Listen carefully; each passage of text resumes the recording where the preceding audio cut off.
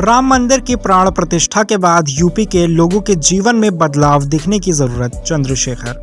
भाजपा के अलावा आजाद समाज पार्टी का संगठन बूथ स्तर तक सक्रिय प्राण प्रतिष्ठा कार्यक्रम का निमंत्रण मिला तो जाने पर होगा विचार।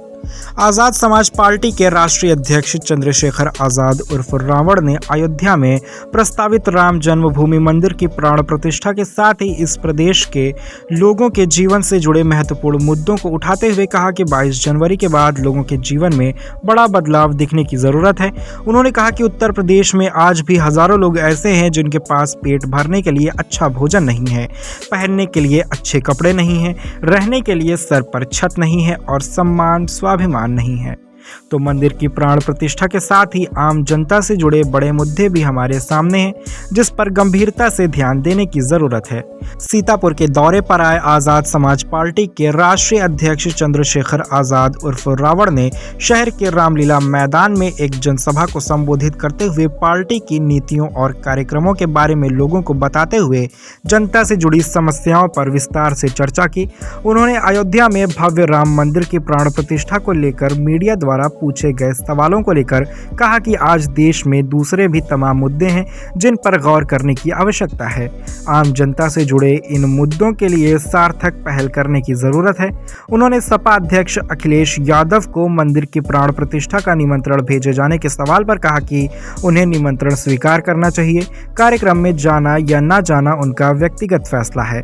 उन्होंने यह भी बताया कि उन्हें अब तक इस कार्यक्रम का निमंत्रण नहीं मिला है। अगर उन्हें निमंत्रण मिलता है तो वह उसे स्वीकार कर अपना निर्णय लेंगे। आजाद समाज पार्टी के मुखिया चंद्रशेखर आजाद उर्फ रावण ने कहा कि राजनीतिक दृष्टि से उनकी पार्टी का मजबूत संगठन है, या तो भाजपा के पास बूथ स्तर का संगठन है या फिर आजाद समाज पार्टी के पास। आगामी विधानसभा चुनाव में अगर सब कुछ ठीक ठाक रहा तो भाजपा को दांतों तले चने चबाने पड़ेंगे। उन्होंने कहा कि उनकी पार्टी उत्तर प्रदेश के अलग अलग हिस्सों में मजबूती के साथ सक्रिय है। पिछले करीब 2.5 वर्षों से संगठन को मजबूत बनाने के लिए युद्ध स्तर पर कार्य किया जा रहा है। कांग्रेस की न्याय यात्रा के संबंध में पूछे गए सवाल पर उन्होंने कोई टिप्पणी करने से इनकार कर दिया। इससे पहले आजाद समाज पार्टी कांशीराम और भीम आर्मी के संस्थापक एडवोकेट चंद्रशेखर आजाद के सीतापुर पहुंचने पर कार्यकर्ताओं ने जोरदार स्वागत किया। कड़ाके की ठंड के बावजूद अपने नेता के स्वागत के लिए सैकड़ों की संख्या में कार्यकर्ता हाईवे स्थित महाराजा छीतापासी किले पर इंतजार करते रहे। कई घंटे इंतजार करने के बाद जैसे ही चंद्रशेखर आजाद की गाड़ियों का काफिला महाराजा छीतापासी किले पर पहुंचा, वैसे ही उनके स्वागत के लिए कार्यकर्ताओं का हुजूम उमड़ पड़ा। हाईवे पर सैकड़ों की संख्या में कार्यकर्ता और दूर दूर तक सिर्फ गाड़ियां ही गाड़ियां नजर आ रही थीं। आलम यह था कि लखनऊ दिल्ली राष्ट्रीय राजमार्ग पर काफी लंबा जाम लग गया।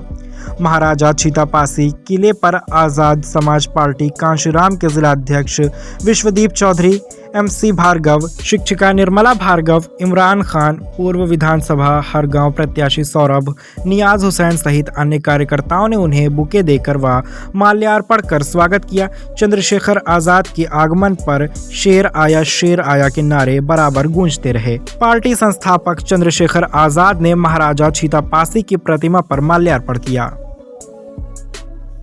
मुझे ऐसा लगता है जिस तरह की बड़ी बड़ी बातें देश में हो रही है, मेरे आसपास जो लोग हैं, जब मैं उनकी तरफ देख रहा हूं तो हमें एक विषय के साथ दूसरे विषय की तरफ भी देखना है। तो मैं महसूस कर रहा हूं कि आज भी हजारों लोग ऐसे हैं जिनके पास पहनने के लिए अच्छे कपड़े नहीं है, खाने के लिए अच्छा भोजन नहीं है, सर पे अच्छी छत नहीं है, सुख सुविधाएं नहीं है, स्वाभिमान सम्मान का जीवन नहीं है। तो मेरा ऐसा मानना हो सकता है 22 तारीख के बाद उत्तर प्रदेश में इन लोगों के जीवन में कोई बदलाव हो।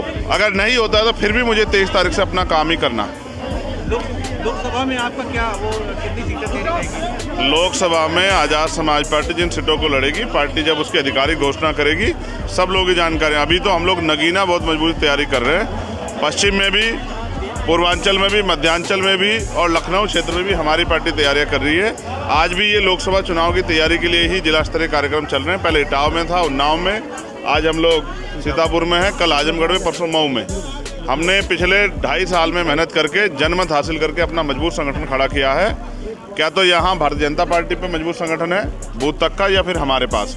और मुझे उम्मीद है कि इस बार आज़ाद समाज पार्टी बड़ी ताकतवर जो है वो होने जा रही है। कांग्रेस नेता मिलिंद देवरा ने आज इस्तीफा दे दिया है कांग्रेस की सदस्यता से और आज ही कांग्रेस की न्याय यात्रा राहुल गांधी मणिपुर से शुरू कर रहे हैं, कैसे देखते हैं? ये कांग्रेस वाले देखें इसको, ये मेरा काम नहीं है। अखिलेश जी ने निमंत्रण स्वीकार किया कि मैं उस दिन नहीं आऊँगा, लेकिन देखिए, जिसको निमंत्रण मिला है उसको निमंत्रण स्वीकार करना चाहिए। हमारे यहाँ एक प्रथा है, अतिथि देव भव।